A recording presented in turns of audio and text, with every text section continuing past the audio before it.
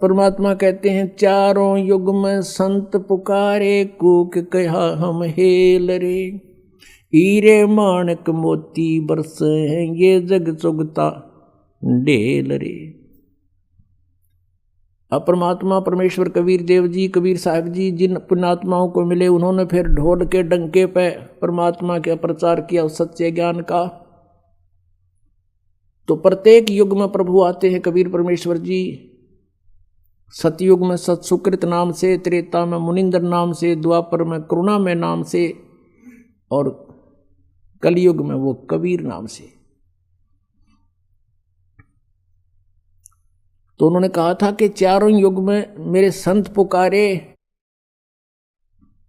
और हमने भी आवाज लगा लगा कर ढोल के डंके पे कहा कि हीरे माणक मोती बरसे, यो जग चुगता ढेल रे। हीरे मोती छोड़ के सत साधना रूपी, इस सतनाम रूपी सच्चे नाम और सार नाम रूपी मोती को ना ग्रहण करके ये आन उपासना, आन साधनाएं, अन्य देवताओं की पूजा रूपी डड़े ढो रहे हैं, कंकर इकट्ठी कर रहे हैं। तो उस समय परमात्मा की यह बात समझ में ना आई हमारे कि ब्रह्मा विष्णु महेश भी माता पिता हैं इनके, और अब भी यही दास के साथ यही हो रहा है।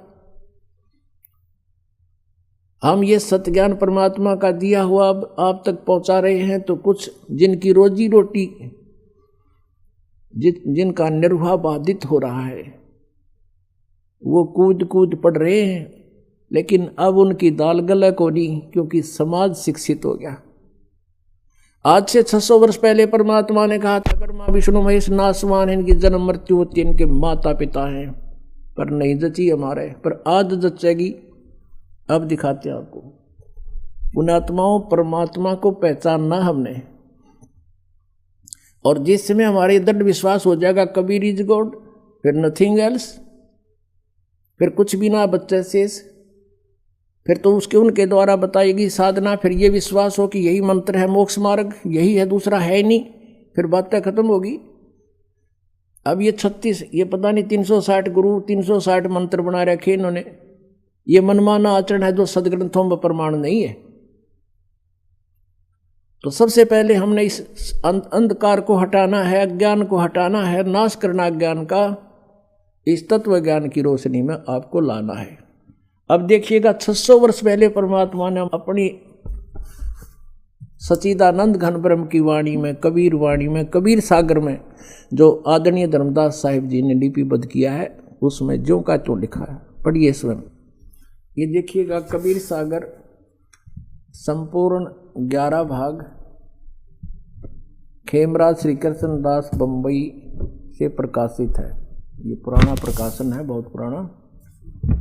यहाँ देखिएगा कबीर सागर ज्ञान सागर प्रथम खंड, कबीर पंथी भारत पथिक, स्वामी युगलानंद बिहारी द्वारा परिष्कृत, मुद्रक एवं प्रकाशक है खेमराज श्री कृष्णदास, अध्यक्ष श्री वेंकटेश्वर प्रेस, खेमराज श्री कृष्णदास स्मारक, मुंबई। अब हम आपको ले चलते हैं इसके बोध सागर ज्ञान बोध में। ये ज्ञान बोध और ये बोध सागर, पृष्ठ नंबर 21 पर आपको पढ़ाएंगे।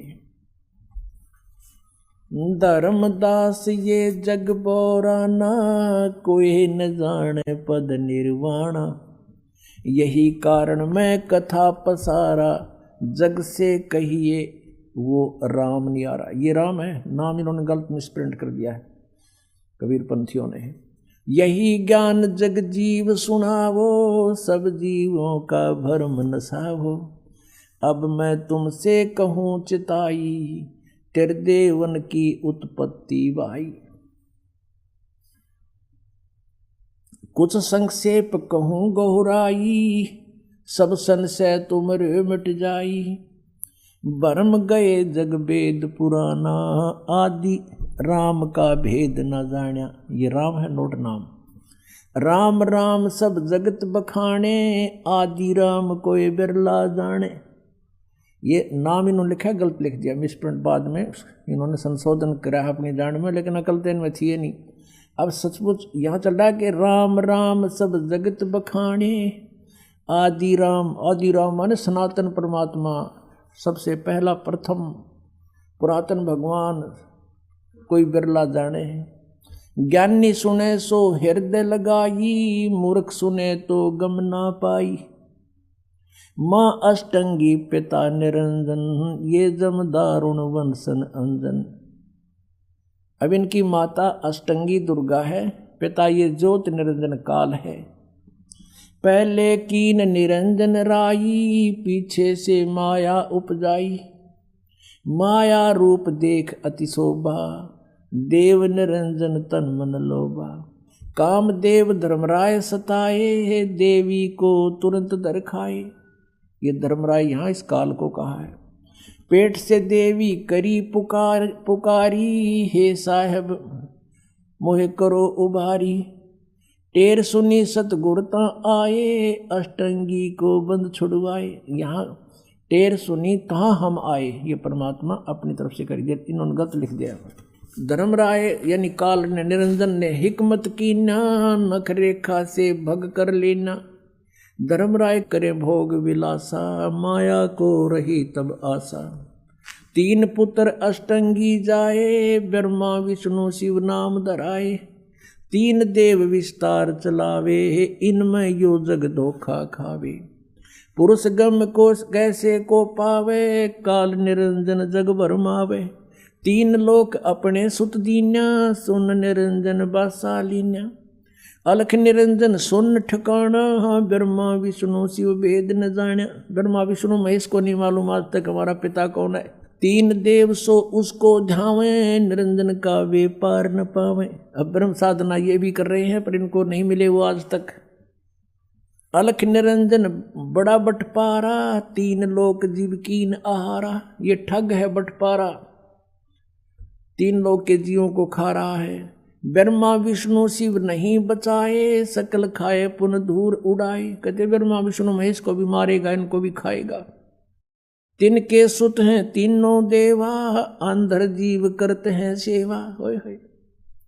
कहते इस काल के ये तीन पुत्र हैं ब्रह्मा विष्णु महेश, और ये अंधे ज्ञानहीन ज्ञान नेत्रहीन प्राणी कहते इनने की पूजा करते हैं। अकाल पुरुष काहू नहीं चीन्या, काल पाए सभी गए लीन्या।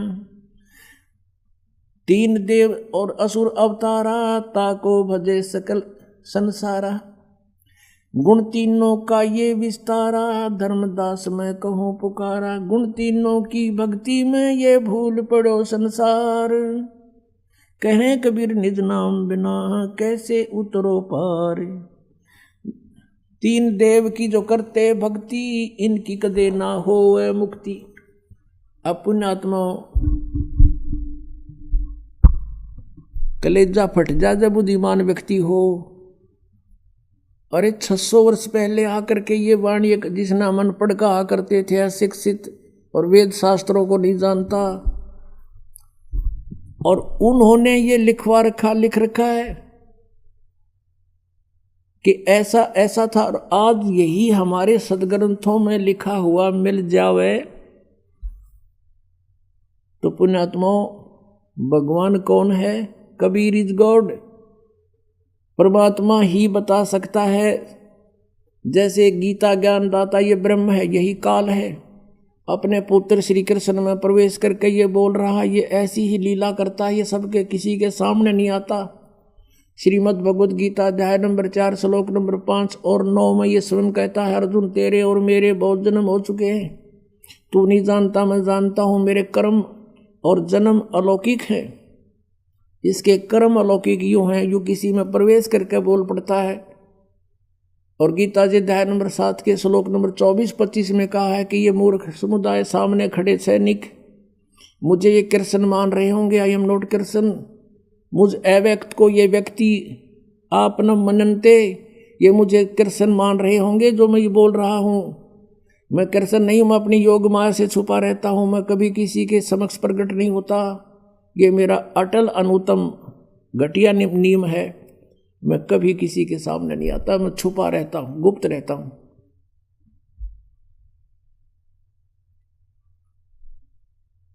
पुण्यात्मा, ये 10वें अध्याय के दूसरे श्लोक में गीता जी में कहता है कि मेरी उत्पत्ति को न देवता जानते न ये ऋषि जानते, क्योंकि इनका उत्पत्ति करता मैं हूं।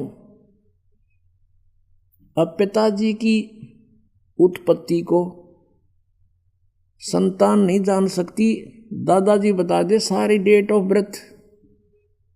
तो हमारे दादाजी ने आके कबीर परमेश्वर ने इनकी डेट ऑफ बर्थ बता रखी है और इस ब्रह्म की उत्पत्ति बता रखी है। इनके बाप की भी उत्पत्ति बता रखी है, पिता की कैसे उत्पन्न हुआ था वो। तो कौन है वो भगवान जिसने सारी सृष्टि रची? कबीर इज गॉड, वो कबीर परमेश्वर है। अनंत कोट ब्रह्मांड का एक रति नहीं भारे, सतगुरु पुरुष कबीर हैं ये कुल के सिरजनहार। अनंत कोट ब्रह्मांड का एक रति नहीं भार। अब जैसे वैज्ञानिक ने वायुयान बना दिया और बना के घुमा दिया और बीच में बैठ गया, बताओ उस पर कैसे भार हुआ?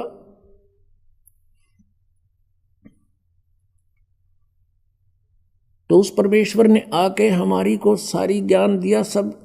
अब आपको दिखाते हैं पवित्र सदग्रंथों में, देखिएगा शिव पुराण, यह है संक्षिप्त शिव पुराण, सचित्र मोटा टाइप, केवल हिंदी, गीता प्रेस गोरखपुर से प्रकाशित। इसके संपादक कौन है? हनुमान प्रसाद पोदार, गीता प्रेस गोरखपुर से प्रकाशित है।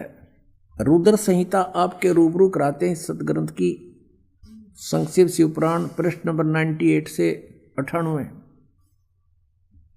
इसके लास्ट में थोड़ा सा यहाँ से लिंक करके आगे चलेंगे। 5वां अध्याय रुद्र संहिता का एंड होता है।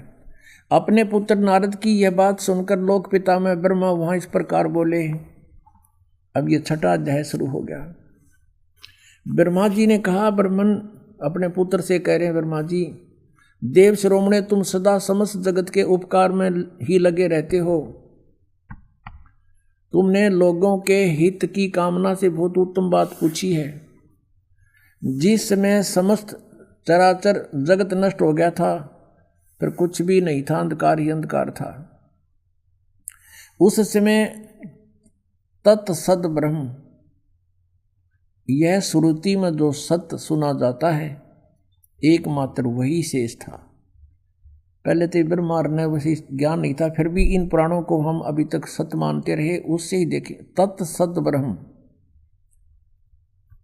अब ये किसके विषय में संकेत है बाद में बताएंगे, पहले हम अपना उद्देश्य देखते हैं। अब 100 पृष्ठ पर देखिएगा। जिस परब्रह्म के विषय में ज्ञान और अज्ञान से पूर्ण, अब ब्रह्मा जी सबसे श्रेष्ठ वक्ता इस ब्रह्मांड का, और वो कहता कुछ ज्ञान कुछ झूठा कुछ सच्चा मैं बताऊं जैसा मुझे पता है। जिस परब्रह्म के विषय में ज्ञान और अज्ञान से पूर्ण उक्तियों द्वारा इस प्रकार विकल्प किए जाते हैं, उसने कुछ काल के बाद द्वितीय की इच्छा प्रकट की। अपने भीतर एक से अनेक होने का संकल्प उदित हुआ। तब उस निराकार परमात्मा ने अपनी लीला शक्ति से अपने लिए मूर्ति की कल्पना की। मूर्ति माने आकार होता है। जो मूर्ति रहित परम ब्रह्म है उसकी मूर्ति, ये भगवान सदाशिव हैं। अर्वाचीन और प्राचीन विद्वान उन्हीं को ईश्वर कहते हैं। उस समय एकाएकी रहकर स्वेच्छा अनुसार व्यवहार करने वाले इन सदाशिव ने अपने विग्रह से स्वयं ही एक स्वरूप भूता शक्ति की सृष्टि की, जो उनके अपने श्रीअंग से कभी अलग होने वाली नहीं थी। उस पराशक्ति को प्रधान प्रकृति गुणवती माया बुद्धि तत्व की जननी तथा विकार रहित बताया है। वह शक्ति अंबिका कही गई है। उसको प्रकृति, ये प्रकृति शब्द याद रखना, ये दुर्गा के लिए है। यहाँ पर गीता जी के अध्याय नंबर 14 के श्लोक 3, 4, 5 में जब आपको दास दिखाएगा ब्रह्मा विष्णु महेश की उत्पत्ति, वहाँ कोड वर्ड है। ये वहाँ दुर्गा के विषय में कहा है प्रकृति के, ये प्रकृति मेरी पत्नी है, मैं इसके पेट में बीज स्थापित करता हूँ गर्भ में, जिससे सबकी उत्पत्ति होती है। काल बोल रहा है गीता को। सर्वेश्वरी और त्रिदेव जननी, तीनों देवताओं की माता, और नित्या और मूल कारण भी कहते हैं। सदाशिव द्वारा प्रकट गई उस शक्ति की 8 भुजाएं हैं अष्टंगी। अब मैं तुमसे कहूँ चिताई, तेरे देवन की उत्पत्ति वाई। माँ अष्टंगी पिता निरंजन, जिसको ये सदाशिव कहते हैं ना, ये सदाशिव ये है वो काल, वो शिव रूप धारण करके प्रकट हो जाता है अपने पुत्र का रूप बना करके। उसकी 8 भुजाएं हैं, शक्ति के 8 भुजाएं हैं। नाना प्रकार के आभूषण उसके श्री अंगों की शोभा बढ़ाते हैं। अब प्रकृति है या प्रकृति जो सारे 8 हथियार रखती है, वो उसकी 8 भुजाएं हैं और अनेक प्रकार के अस्त्र शस्त्र धारण करती है। एकाकिनी होकर भी वह माया संयोग वसात अनेक हो जाती है। जैसे 3 रूप और बनाए थे इसने, सावित्री, लक्ष्मी और पार्वती के। जो वे सदाशिव हैं उन्हें परम पुरुष ईश्वर, शिव, शंभु और महेश्वर कहते हैं। अब यहाँ क्लियर होगा इसका। अब ये हम 101 पर आगे पढ़ते पढ़ते 101 पृष्ठ पर रुद्र संहिता, और ये 6वां 7वां अध्याय चल रहा है। वे अपने सारे अंगों पर भस्म रमाए रहते हैं। उन काल रूपी ब्रह्म ने, हो गया क्लियर, वो काल रूपी ब्रह्म है, ब्रह्मा विष्णु महेश का जो पिता है, दुर्गा का पति है। काल रूपी ब्रह्म ने एक ही समय में शक्ति के साथ, नाथ नहीं है, शक्ति के साथ शिवलोक नामक क्षेत्र का निर्माण किया था। उस उत्तम क्षेत्र को काशी कहते हैं। वे प्रिया और प्रियतम रूप, वे दोनों पति पत्नी के रूप में शक्ति और शिव, दुर्गा और ये काल रूपी ब्रह्म जो परमानंद स्वरूप है, उस मनोरथ क्षेत्र में नित्य निवास करते हैं। आगे देखो, देवर से एक समय उस आनंद वन में रमण करते हुए शिवा और शिव के, दुर्गा और काल के मन में यह इच्छा हुई कि किसी दूसरे पुरुष की भी सृष्टि करनी चाहिए, कोई संतान उत्पन्न करनी चाहिए, जिस पर यह सृष्टि संचालन का महान भार रखकर हम दोनों केवल काशी में रहकर स्वेच्छानुसार विचरें और निर्वाण धारण करें। ऐसा निश्चय करके शक्ति सहित सर्वव्यापी परमेश्वर शिव ने, काल रूपी ब्रह्म ने अपने वाम भाग के 10वें अंग पर अमृत मल दिया, यानी पति पत्नी व्यवहार किया। फिर तो वहां से एक पुरुष प्रकट हुआ, यानी पुत्र। यहां देखिएगा 102 पृष्ठ पे। अब हम यहां पढ़ेंगे, थोड़ा सा लेंगे। शिव ने कहा, उस उत्पन्न बालक से कहा, शिव ने कहा, वत्स बेटा, व्यापक होने के कारण तुम्हारा विष्णु नाम विख्यात हुआ। अब दुर्गा और काल से विष्णु का जन्म सिद्ध हुआ। अब देखिए ये 6वां अध्याय समाप्त हुआ। अब 7वें में आते हैं। ब्रह्मा जी कहते हैं देवर से, तत्पश्चात कल्याणकारी परमेश्वर सांब सदाशिव ने, यानी उस काल ने दुर्गा से संयोग करके जैसे विष्णु उत्पन्न किया, पूर्ववत प्रयत्न करके मुझे अपने दाहिने अंग से उत्पन्न कर दिया। अब पुण्यात्माओं, अब कोई शंका रही आपके कि कौन है इनका दादा, कौन है इन सब की सृष्टि, सबकी उत्पत्ति का जानकार? और परमात्मा बिना सर्वज्ञ नहीं हो सकता, सबको जानने वाला केवल कबीर इज गॉड। अब यहाँ पर 2 तो कंसेप्ट क्लियर हो गए कि विष्णु और ब्रह्मा की उत्पत्ति होगी इस काल से और दुर्गा के संयोग से, ये इनके पुत्र। अब तीसरा रह गया शिव। अब यहाँ अनुवाद करता विचलित हो गया, मूल संस्कृत पाठ में सही लिखा है, अब इसने अनुवाद करता केवल हिंदी है इसमें, इसने यहाँ गड़बड़ी कर दी। सोचा कि शिव से शिव की उत्पत्ति लिखूंगा तो मैं पागल कहूँगा, इसने वो टाल मटोल कर दी। परमात्मा कहते हैं चोर चुरावे तूंबड़ी और गाड्डे पानी में, वो गाड्डे हुआ ऊपर आओ न सच्चाई छनी ना। एक चोर ने तुम्बा चुरा लिया, सुख का तुम्बा, ये मतीरा हुआ अगर जैसे पेट तुम्बा होता है, बहुत बड़ा एक फल होता है, वो सूख जाता है, उसके अंदर से बीज निकाल देते हैं तो वो सूख कर बिल्कुल एक गेंद जैसा हो जाता, अच्छी बड़ी गेंद जैसा। उसने चुरा के उसने सोचा पानी में लुको दे, छुपा दे, वो गोता मारे और पानी में नीचे छोड़ का और ऊपर आ जाए उससे ही पहले। तो कहते हैं चोर चुरावे तुमबड़ी गाड्डे पानी में, वो गाड्डे वो ऊपर आवे न सच्चाई छानी ना। अब आपको दिखाते हैं ब्रह्मा विष्णु महेश से अन्य है जो इनका पिता है। अब देखिएगा वही रुद्र संहिता, ये वही शिवपुराण है, संक्षिप्त शिवपुराण 110 पृष्ठ पे रुद्र संहिता चल रहा है। अब यहाँ हम 9वें अध्याय में आगे लास्ट में, इस प्रकार ब्रह्मा विष्णु तथा रुद्र इन 3 देवताओं में गुण हैं, परंतु शिव गुणातीत माने गए हैं। रजगुण ब्रह्मा, सतगुण विष्णु, तमगुण शिव, ये भी सिद्ध हो गया इन तीनों में गुण है, परंतु वो शिव यानी सदाशिव, ये काल रूपी ब्रह्म, ये इन तीनों से अलग है। यहाँ पे रुद्र शब्द लिख के इन्हें फेर गड़बड़ी कर दी, इन्हें सोचेंगे रुद्र तो अलग है कोई, आगे इसका कंसेप्ट और क्लियर कर दिया। अब जैसा कि आपको रह रह कर दास ज्ञान कराता है, लेकिन आप विद्यार्थी हो, कई बार ऐसा होता है कि आप सत्संग अटेंड नहीं कर पाते, उस समय वो टॉपिक चल पड़ता है। कैसे भ्रमित हैं, कहते हैं 3 देव सो उसको ध्यावे, निरंजन का हुआ पार नहीं पावे।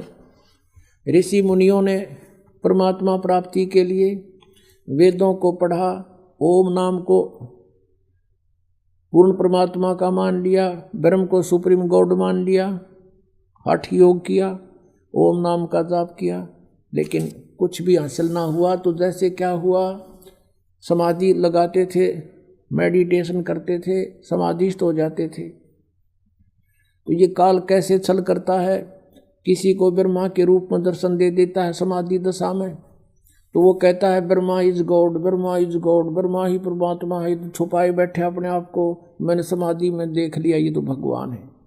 अब इससे ब्रह्मा जी की प्रभुता होगी, ब्रह्मा जी के भी चौड़ी काख होगी कि मैं भगवान हूँ।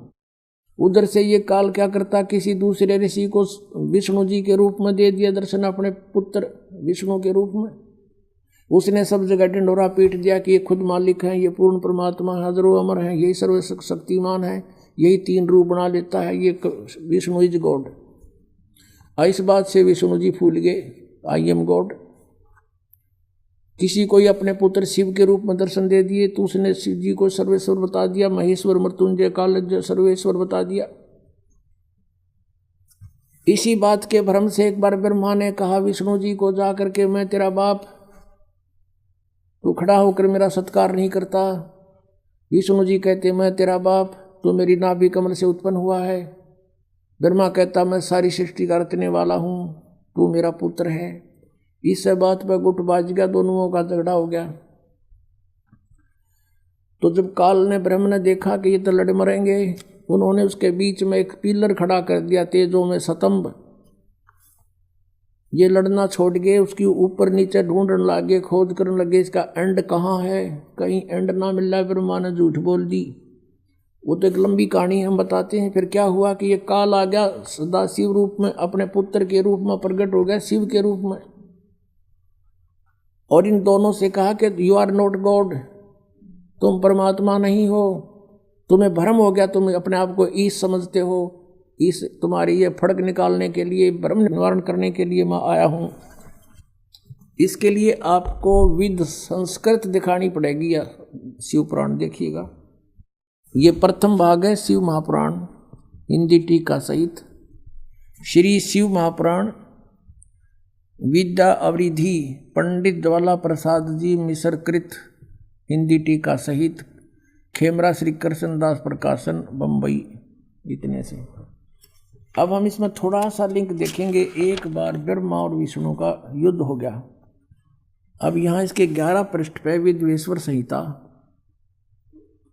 विद्वेश्वर संहिता भाग 1 अध्याय 6 में नंदीकेश्वर बोले, नंदीकेश्वर यानी शिव का वाहन बताता है। इस काल रहता है इन्हीं रूप में।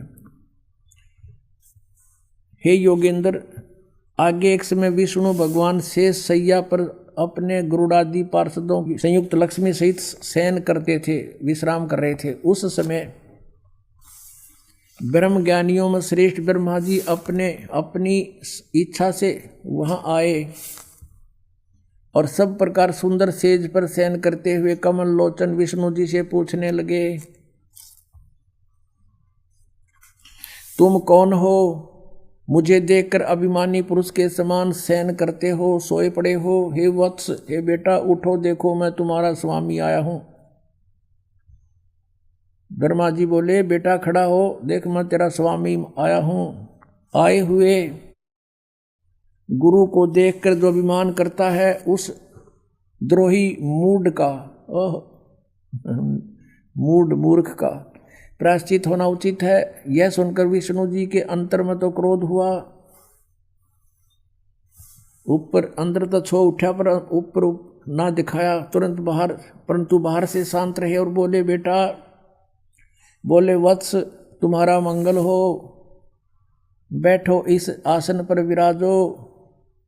इस समय तुम्हारा नेत्र कुटिल और मुख बांका क्यों हो गया? क्योंकि छो मारे गुस्सा हो रहा था ब्रह्मा को।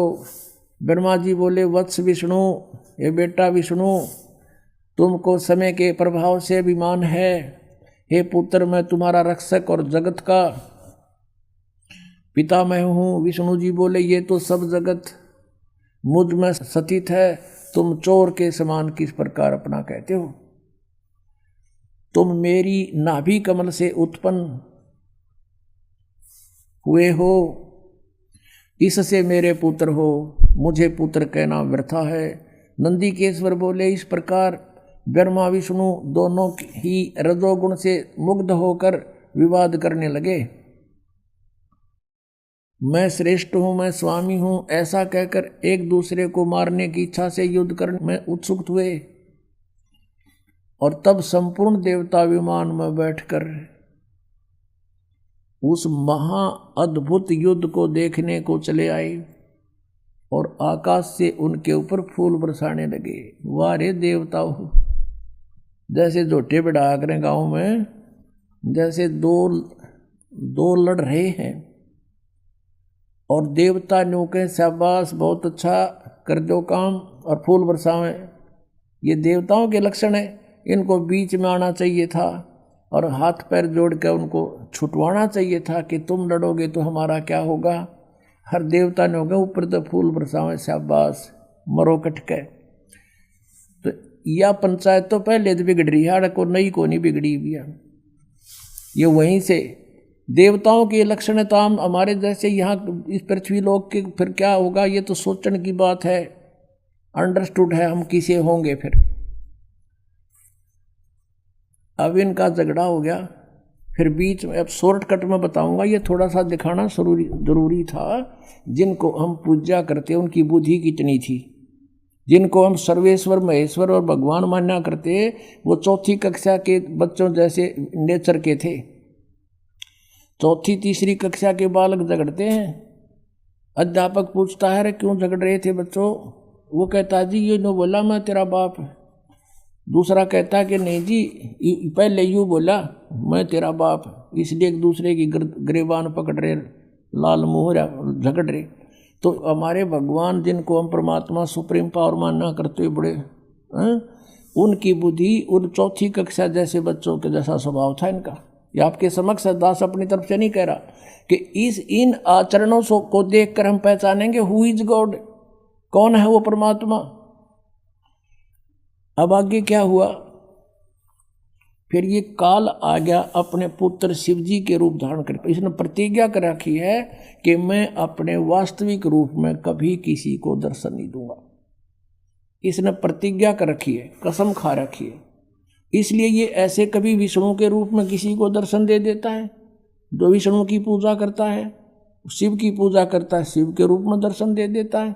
वास्तविक रूप में आया था यो महाभारत के युद्ध में, जब अर्जुन जैसा योद्धा भी देख कर इसकी शकल ने कांप गया था, वो था इसका असली रूप। और कहता मैं काल हूँ, सबको खाने के लिए आया हूँ। और अर्जुन ने करबद्ध होकर कहा था भगवान आप अपने उसी चतुर्भुज रूप में आ जाओ, अब मुझसे ये देखा नहीं जाता। कलजा फट गया उसका। अब ये आ गया वहाँ पर शिव रूप में, इन दोनों के बीच में वो पिलर ठोक दिया, आके खड़ा हो गया और कहता कि मैं तुम्हारी बुद्धि ठिकाने करने आया हूँ, तुमने अपने आप को भगवान मान रखा है, यू आर नॉट गॉड। ये देखिएगा। अब ये है पृष्ठ नंबर 17 पे, पहले हमने 11 पर पढ़ा था। विद्वेश्वर संहिता अध्याय 9। उन दोनों की अज्ञानता और वैर को दूर करने के अर्थ दोनों से कहा। किसने? उस सदा काल रूपी ब्रह्म ने, सदा शिव जिसको कहते हैं, इनके पिता ने क्या कहा? मेरे सकल और निष्कल भेद से दो रूप हैं, परंतु और ईश्वर नहीं। इस कारण से उनके दो रूप नहीं हो सकते। पहले सतम रूप यानी वो पिलर रूप में खड़ा हो गया था, और पीछे मूर्तिमान रूप धारण किया।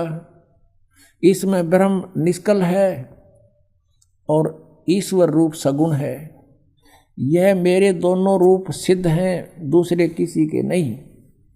और देखो कमाल करते, नहीं हो सकते। इस कारण तुम दोनों को अथवा दूसरों को ईश्वरत्व की प्राप्ति नहीं हो सकती।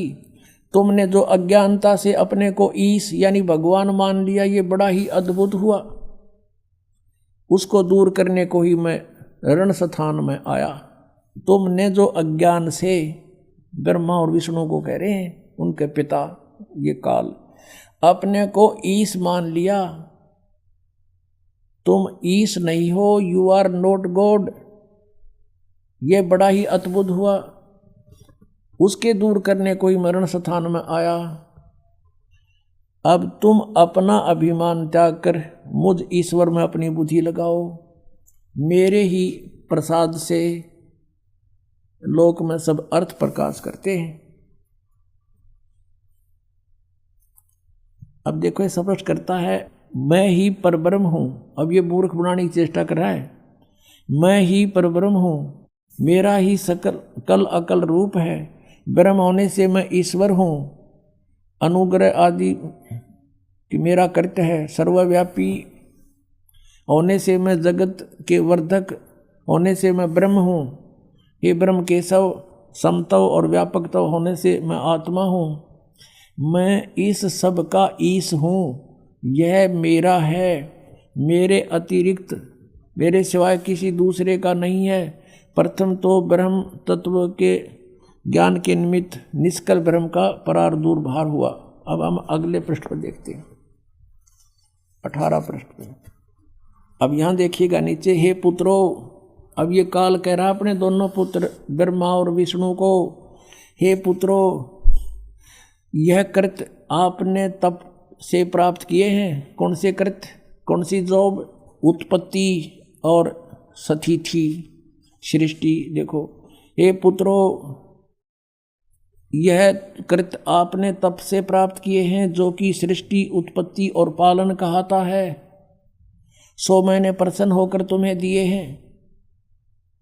इसी प्रकार दूसरे दो कृत्य, अब देखो सारा कंसेप्ट क्लियर हो गया। अब वक्ता है ये काल, और कहते हैं दो कृत्य और रुद्र और महेश को प्रदान किए हैं। अब दो तो ऊपर हो गए पुत्रों, दो तो ये ऊपर थे, और अब ये दो ये हो गए रुद्र और महेश। इनसे अलग है यो बोलने वाला, इनका पिता। इतना ही कंसेप्ट क्लियर करना था अपन, यहाँ और आगे नहीं। और थोड़ा सा और दिखा देता हूँ आपको। अब यहाँ देखो 19 पृष्ठ पे ये सिद्ध होगा कि गीता ज्ञान भी यही दे रहा था। 19 पृष्ठ है ये, विद्वेश्वर संहिता ही चल रही है ये, अध्याय 10 में।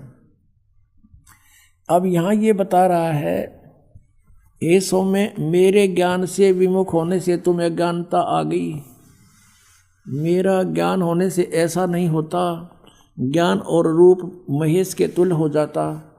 इस कारण उस ज्ञान की सिद्धि के निमित्त ओंकार नामक मंत्र जप करो। यही अभिमान को दूर करने वाला है।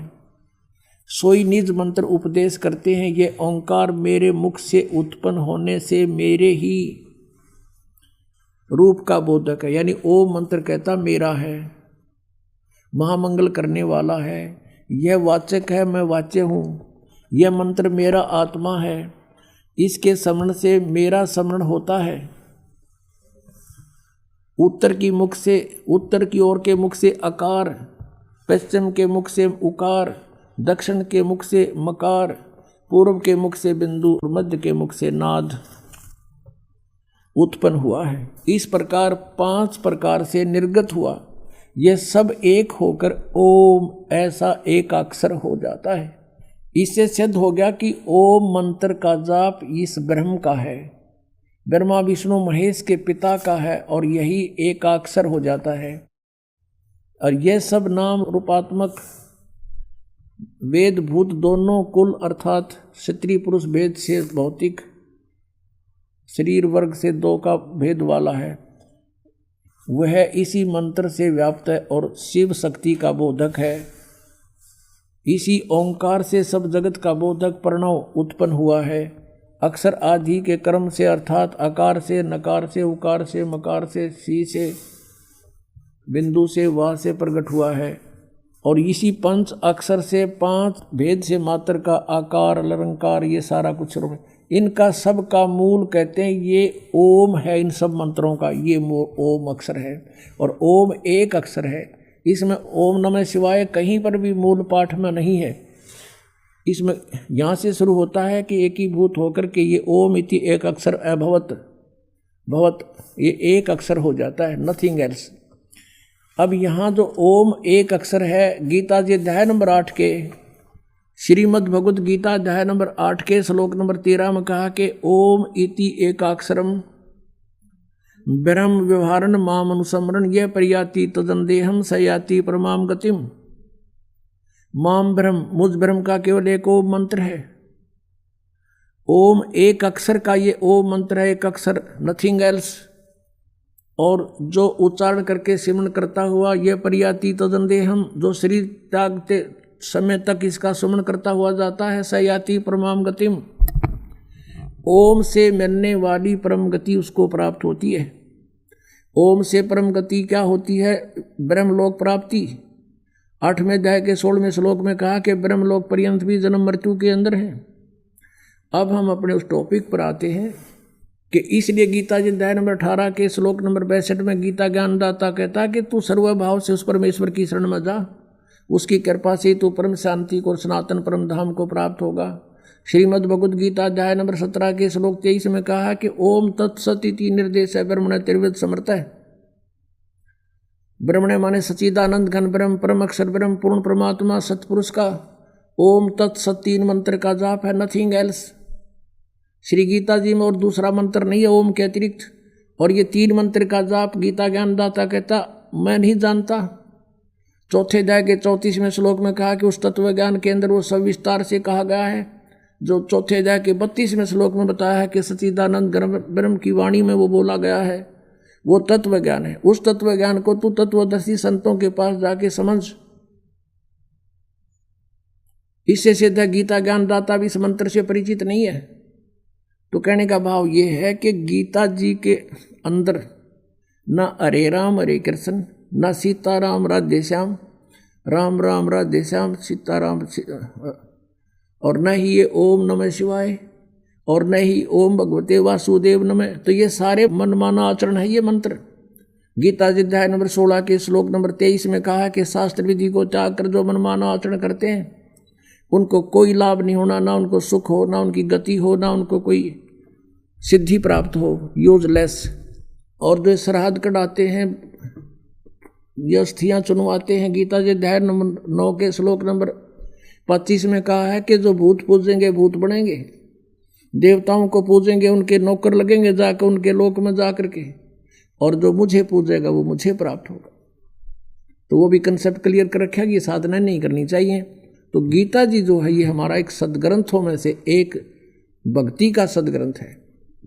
अब प्रसंग चल रहा था कि ब्रह्मा विष्णु महेश के माता पिता कौन है।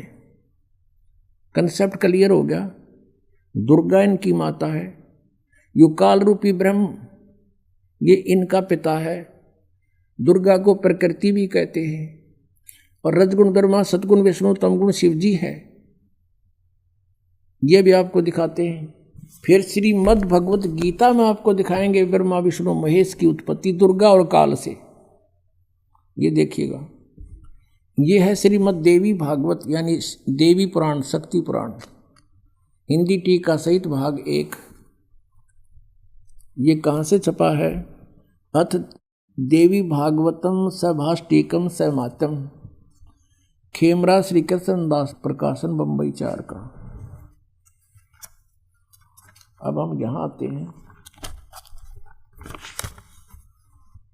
अथ श्रीमद् देवी भागवते भाषा टीका युक्ते तृतीय स्कंध प्रारंभते। अब तीसरा स्कंध हम देख रहे हैं इसका, प्रश्न नंबर इसके भी 11 पर। पहले हमने शिवपुराण देखा था, इसके 11 पर, और ये तृतीय स्कंध है भाषा टीका तृतीय स्कंध अध्याय 5 में। यहाँ पर हम पढ़ेंगे, भगवान शिव कह रहा है अपनी दुर्गा माता को, हे माता, यदि हमारे ऊपर सदा आप दया युक्त हो तो हमको तमोगुण में किस प्रकार प्रदान किया, और ब्रह्मा रजोगुण और हरि सतोगुण यानी विष्णु को सतोगुण क्यों युक्त किए। अब यहाँ देखिएगा, हम अब संस्कृत पढ़ेंगे। यदि दया धर्मना न सदाम्बिके कथम अहम विहित, यदि आप दयालु हो माता तो मुझे किस प्रकार बना दिया। तमोगुण और कमल जय, कमल से उत्पन्न होने वाले ब्रह्मा को रजोगुण संभव, क्यों रजोगुण कैसे उत्पन्न कर दिया। सुवित किमो सतोगुण हरि, और विष्णु को किस प्रकार आपने सतोगुण बना दिया। इति सिद्धम रजगुण ब्रह्मा सतगुण विष्णु तमगुण शिवजी। और दिखाते हैं, क्योंकि पुण्यात्माओं आज हमने कंप्यूटर बना लिए, हेलीकॉप्टर बना लिए, एयरप्लेन बना लिए, और स्काई लैब बना लिए, और पता नहीं के रचना रच ली यहाँ पर इस नकली लोक में। 2 दिन का जीवन है, और जो काम करना था उधर हमारा जान भी नहीं जाने दिया इस काल ने। एटम बम बना लिए, एक दूसरे के शत्रु बन गए। जो बनाना था वो छेड़ा भी कोई नहीं, शुरू भी नहीं किया, उसका स्टार्ट भी नहीं कर रखा। अब देखिएगा, ये PhD करा रहा है ये दास आपको, सौभाग्य आपको इस यूनिवर्सिटी में प्रवेश मिल गया, जो मोक्ष मिलेगा इससे। ये मार्कंडेय पुराण गीता प्रेस गोरखपुर से प्रकाशित है। इसके 123 पृष्ठ पे, इसके 123 पृष्ठ पे आपको दिखाते हैं। मार्कंडेय जी कह रहे हैं, संक्षिप्त मार्कंडेय पुराण 122 से शुरू होगा, यहाँ से देखते हैं 123 पर फिर पूरा विवरण है। मार्कंडेय जी बोले, ये मार्कंडेय जी का उपदेश चल रहा है, ये यहाँ देखेंगे 123 पृष्ठ पे, ये 123 पृष्ठ पे। अब यहाँ जाते हैं हम। इस तरह स्वयंभू परमात्मा की 3 अवस्थाएं हैं, रजोगुण प्रधान ब्रह्मा, तमोगुण प्रधान रुद्र, सतगुण प्रधान सतप्रधान विश्वपालक विष्णु है, और ये ही 3 देवता हैं, और ये ही 3 गुण हैं। गुण तीनों की भक्ति में ये भूल पड़ो संसारे, कह कबीर निज नाम बिना कैसे उतरो पार। 3 देव की जो करते भक्ति, उनकी कदे ना होए मुक्ति। अब ये कंसेप्ट क्लियर हो गया, रजगुण ब्रह्मा है, सतगुण विष्णु, तमगुण शिव जी। अब और दिखाते हैं, ब्रह्मा विष्णु महेश नासवान है। उसके बाद आपको श्रीमद् भगवत गीता में दिखाएंगे इनकी उत्पत्ति दुर्गा और काल से। ये देखिएगा, श्रीमद् देवी भागवत गीता प्रेस गोरखपुर से प्रकाशित, संपादक हनुमान प्रसाद पोदार चिमनलाल गोस्वामी। इसके 123 पृष्ठ को दिखाएंगे बस थोड़ा सा, 123 पृष्ठ पे। अब भगवान विष्णु अपनी माता दुर्गा की स्तुति करते हुए कह रहे हैं, तुम शुद्ध स्वरूपा हो, ये सारा संसार तुम इसे उद्भासित हो रहा है। मैं ब्रह्मा और शंकर, हम सभी तुम्हारी कृपा से विद्यमान हैं। हमारा आविर्भाव और तिरोभाव, आविर्भाव माने जन्म, तिरोभाव माने मृत्यु हुआ करता है। केवल तुम ही नत हो, जगत जननी हो, प्रकृति और सनातनी देवी हो। प्रकृति शब्द याद रखना दुर्गा के लिए है। भगवान शंकर बोले, देवी यदि माँ भाग विष्णु तुम ही से प्रकट हुए हैं, उस तो उनके बाद उत्पन्न होने वाले ब्रह्मा भी तुम्हारे ही बालक हुए। फिर मैं तमोगुणी लीला करने वाला शंकर क्या तुम्हारी संतान नहीं हुआ? अर्थात मुझे भी उत्पन्न करने वाली तुम ही हो। शिवे, संपूर्ण संसार की सृष्टि करने में तुम बड़ी चतुर हो। कंसेप्ट क्लियर हुआ? इस संसार की सृष्टि स्थिति और संहार में तुम्हारे गुण सदा समर्थ हैं। उन्हीं तीनों गुण से उत्पन्न हम ब्रह्मा विष्णु एवं शंकर नियमानुसार कार्य में तत्पर रहते हैं। हम तो केवल आप वर्क डन दे सकते हैं, किसी का कोई परिवर्तन नहीं कर सकते। अब इससे 4 कंसेप्ट क्लियर हो गए। इस पवित्र पुराण, देवी पुराण के इन चंद लाइनों में 4 कंसेप्ट क्लियर हो गए। एक तो ये हो गया कि ब्रह्मा विष्णु महेश नासवान है, इनकी जन्म मृत्यु होती है। दूसरा ये हो गया कि इनकी माता दुर्गा है। और तीसरा ये हो गया रजगुण ब्रह्मा, सतगुण विष्णु, तमगुण शिव जी। और चौथा ये हो गया कि ये केवल वर्क डन, जैसा कर्म करोगे वैसा ही दे सकते, इसमें कोई परिवर्तन नहीं कर सकते। और पांचवा ये भी हो गया कि दुर्गा को प्रकृति भी कहते हैं। अब देखिएगा पवित्र श्रीमद् भगवत गीता, गीता प्रेस गुरुपुर से प्रकाशित है। जयदयाल गोविंद का इसके अनुवादक है। अब 14वें अध्याय के 3 श्लोक ये कंसेप्ट क्लियर कर देंगे। कोड वर्ड है, चारों वेदों का संक्षिप्त वर्णन है, ये बहुत ही शॉर्ट में है। अब देखना यहां से, ये है चतुर्दशो अध्याय, 14वां अध्याय, अध्याय 14 और श्रीमद् भगवत गीता। यहां देखना अब 3रे श्लोक से, हे अर्जुन, मेरी महत ब्रह्म रूप मूल प्रकृति, वैसे ही इन्होंने यहाँ अनुवाद गलत कर रखा है, वैसे इसी से देखेंगे। प्रकृति सर्वभूतों की, सभी प्राणियों की योनि अर्थात गर्भाधान स्थान है, और मैं उस योनि में चेतन समुदाय गर्भ को स्थापन करता हूँ। ततः माने उसके संयोग से, ततः माने उससे सब भूतों की, प्राणियों की उत्पत्ति होती है। और चौथे में, हे अर्जुन, नाना प्रकार की सब योनियों में जितनी मूर्तियां अर्थात शरीरधारी प्राणी उत्पन्न होते हैं, दुर्गा प्रकृति, प्रकृति तो उनकी गर्भ धारण करने वाली माता है, और मैं बीज स्थापन करने वाला पिता हूँ। यू काल बोल रहा है। और 5वें में स्पष्ट कर दिया है, हे अर्जुन, सतगुण रजगुण तमगुण ये प्रकृति से उत्पन्न, दुर्गा से उत्पन्न तीनों गुण, रजगुण ब्रह्मा, सतगुण विष्णु, तमगुण शिव जी, प्रकृति से उत्पन्न ये तीनों गुण अविनाशी जीवात्मा को शरीर में बांधते हैं। अब काल ने पल्ला झाड़ दिया कि ब्रह्मा विष्णु महेश इन जीवात्मा को कर्मानुसार यहाँ बांधे बैठे हैं। अपने आत्माओं, ये है, इसको कहते हैं तत्व ज्ञान, और उसको सतगुरु कहते हैं जो सदग्रंथों को अच्छी तरह समझा और समझा दे। और पुण्यात्माओं, सौभाग्य आपका, आप बहुत पहले आ गए इस मालिक के चरणों में। ये पुण्यात्मा जो टोल के टोल, झुंड के झुंड नकलियां के फंसे पड़े हैं, उनको जो भी सच्चाई का पता लगेगा रोएंगे बैठ के कर्माने। अब देख कैसा जुल्म किया इन्होंने हमारे साथ, हम बर्बाद कर डाले इन नालायका ने, अपना कर्म बिगाड़ा और हम काल के जाल में फंसा दिए। पुण्यात्माओं, यहाँ पैर टेकने जगह नहीं रहेगी, वो दिन दूर नहीं है। आज कोई पागल नहीं है। जब हम अपने स्वार्थ के लिए सब कुछ कर सकते हैं, तो क्या परमात्मा पाने के लिए उन नकलियों को नहीं छोड़ देंगे? जिस दिन उनको ज्ञान हो जाएगा, एक भी ढूंढा नहीं पाओगे उनके पास।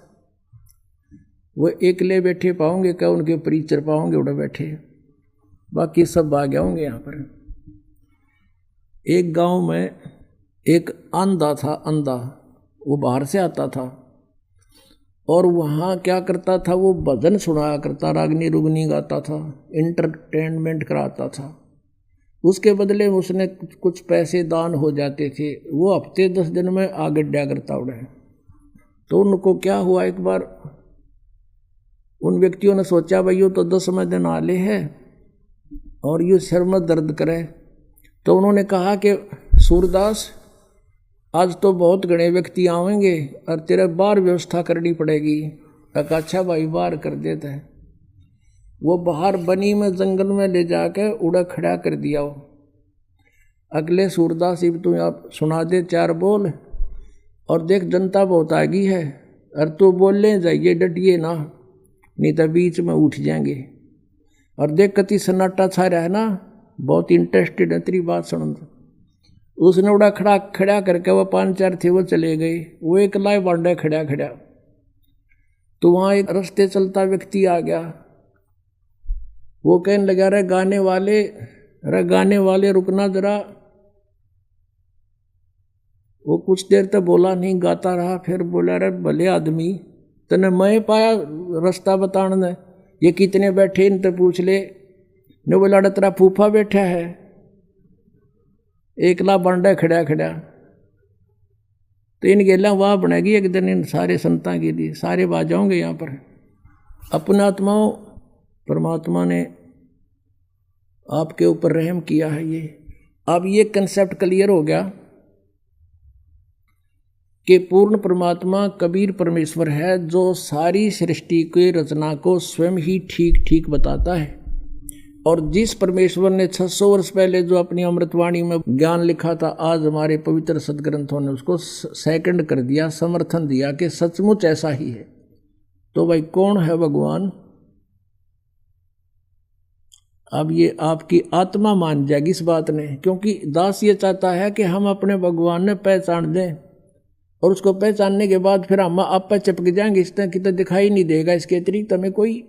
परमेश्वर ने स्वयं आकर कहा है, बंदी छोड़ दयाल जी तुम तक हमारी दौड़े, जैसे काग जहाज का अब सूझत और न ठोरे। जब आपको ये तत्व ज्ञान हो जाएगा, परमात्मा की पहचान हो जाएगी, उस समय जैसे ऐसी स्थिति आप जी की हो जाएगी जैसे पहले पुराने समय में समुद्री जहाज के अंदर कौवे बैठ के चले जाते थे रोटी खाने के लिए, कि टुकड़ा ये कहीं खाना खाएंगे, टुकड़ा डालेंगे, और रात के शाम के समय या दिन के समय जहाज प्रस्थान कर जाता था। जब रात्रि हो जाती थी, सुबह सूर्य उदय होता था, तब तक 200-300 किलोमीटर जहाज चला जाता था। तो उस समय ऐसे इंस्ट्रूमेंट हुआ करते, दिशा सूचक यंत्र रखा करते थे, और कई बार दिशा सूचक यंत्र चुंबकीय चट्टानों से डिस्टर्ब हो जाते थे, और वो जहाज के चालक अपने इंस्ट्रूमेंट को चेक करने के लिए, अपनी दिशा को चेक करने के लिए कौवे का सहारा लेते थे। कौवे में एक विशेष गुण दिया है परमात्मा ने कि वो जिस दिशा से चलता है उस दिशा को भूलता नहीं। तो क्या करते थे वो चालक, सुबह कौवे के डले मार दिया करते, उसने विवश कर देते जहाज से उड़ने के लिए। तो कौवा अपनी उसी दिशा को उड़ता है कि मैं अपने घर को लौटूं, तो उसी दिशा को उड़कर चल पड़ता है। वो कुछ देर तो उड़ता जाता है, लेकिन उसको कहीं भी बैठने का स्थान आसपास नजर नहीं आता है। अंत में वो सब जगह देखता है कि जहां भी बैठूंगा वहीं डूब मरूंगा। तो वापस आकर के उसने उस जहाज पर ही शरण लेनी पड़ती है, वहीं वो एक बचाव का एकमात्र स्थान उसके लिए है, वो वहीं आकर बैठता है। उधर से जहाज वाले अपना दिशा सूचक अपनी दिशा को चेक कर लेते हैं, कौवा इस दिशा में गया है, हम इस दिशा से आए थे, तो अब हम ठीक चल रहे हैं या नहीं। तो कहने का भाव ये है पुण्यात्माओं, आप जी को परमात्मा के सामर्थ्य का जो पता चलेगा, कबीर इज गॉड, आपकी स्थिति ऐसी हो जाएगी जैसे काग जहाज का अब सूझे और नठोर। सब जहां भी बैठे वहीं डूब के मरे, यानी और संत नहीं और भगवान नहीं और कहीं पर भी ये ज्ञान नहीं, तो फिर आपकी ये स्थिति हो जाएगी कि और कितने ठिकाना नहीं। और इसके लिए प्रयत्न किया जा रहा पुण्यात्माओं कि हम अपने परमात्मा को पहचान लें। परमेश्वर कहते हैं, मैं रोवत हूँ सृष्टि को, ये सृष्टि रोवे मोहे, और कह कबीर हमारे वियोग को, और समझ नहीं सकता कोई, ये तो मुझे खोज रहे हैं भगवान सर्वशक्तिमान सुखदायक सब दुखों का दूर करने वाला। और मैं कहता हूँ मैं भगवान हूँ, लेकिन ये मुझे पहचानते नहीं, के नहीं, कबीर किसने भगवान बना दिया। और जिन तुम भगवान मानो थे वो कहाँ से प्रमाणित थे? हम कहते थे पुराणों में ऐसा लिखा है, अब पुराणों ने बता दिया इनकी स्थिति के ब्यों तो इन भगवानों का, तो अब आपके परमात्मा पहचाना होगा। पुणात्मा, अब ये जो समय आपको मिला है भगवान की भक्ति और ये ज्ञान सुनने का, अब देखो परमात्मा ने आपके लिए कितनी सुविधा प्राप्त करवाई है हम दासों से। तुम कितने कृपा पात्र हो उस परम पिता कबीर भगवान की, कितनी प्यारी आत्मा हो तुम, उन श्रेष्ठ आत्माओं में से हो जिनको वो खोजता फिर रहा है। सर्दी का मौसम है, रजाई आपके पास है, और ये दास परमात्मा की महिमा की बौछार आप पर कर रहा है।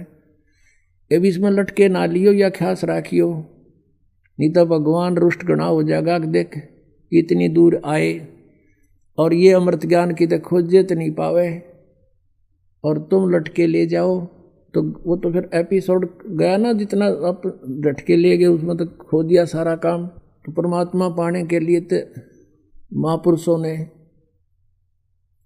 महापुरुषों ने अपने शरीर को सुखा दिया तपस्या कर करके, और हृदय में जिनका चोट लगी तो कैसे लगी, लागी का मार्ग और है लगे चोट काल जा करके, लागी का मार्ग और है लगे चोट काल जा करके, लगे चोट काल जा करके, लगे चोट काल जा करके,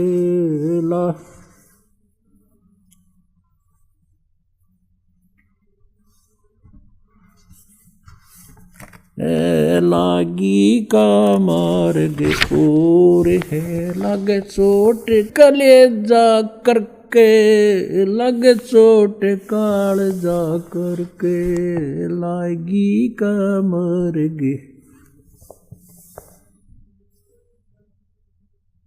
कहते हैं जब आपके लगन लगेगी मालिक की, कलेजे में कसक हो जाएगी, एक न्यारी कसक उठेगी। परमात्मा कहते हैं जब आपका या लगन लगेगी भगवान की, कहते हैं कबीर वैद बुलाइया और पकड़ के देखी बा, और वैद न वेदन जान ही मेरा करक कलेजे बा। घर वाला ने सोचा कि तो बहुत बीमार सा हो गया, उदास सा रहता है, कोई भयंकर रोग हो गया इसके। वैद बुलाया, नाड़ी पकड़ के देखी, वैद्य ने बोला नाड़ी ठीक है, अस्वस्थ नहीं है ये, और फिर भी यू कैसे ऐसे खोया खोया क्यों रहता है। परमात्मा कहते हैं कबीर वैद्य बुलाइया, पकड़ के देखी बाँ, और वैद्य न वेदन जान।